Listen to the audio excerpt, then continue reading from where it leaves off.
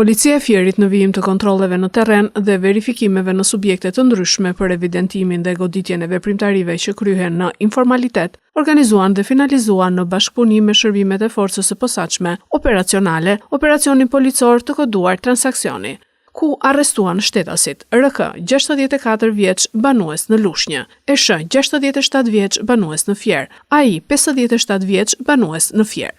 Këta shtetas dyshohet se ushtronin aktivitetin e këmbimit valutor në Fier dhe në Lushnjë pa licencën nga organet kompetente.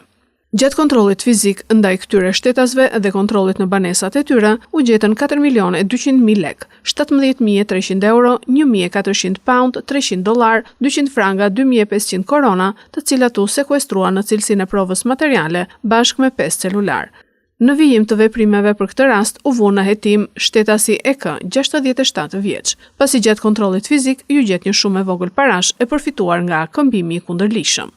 Materialet procedurale ju referuan prokurorisë për hetime të mëtejshme për veprat penale, ushtrimi pa licencë i veprimtarive financiare dhe pastrimi produkteve të veprës penale ose veprimtarisë kriminale.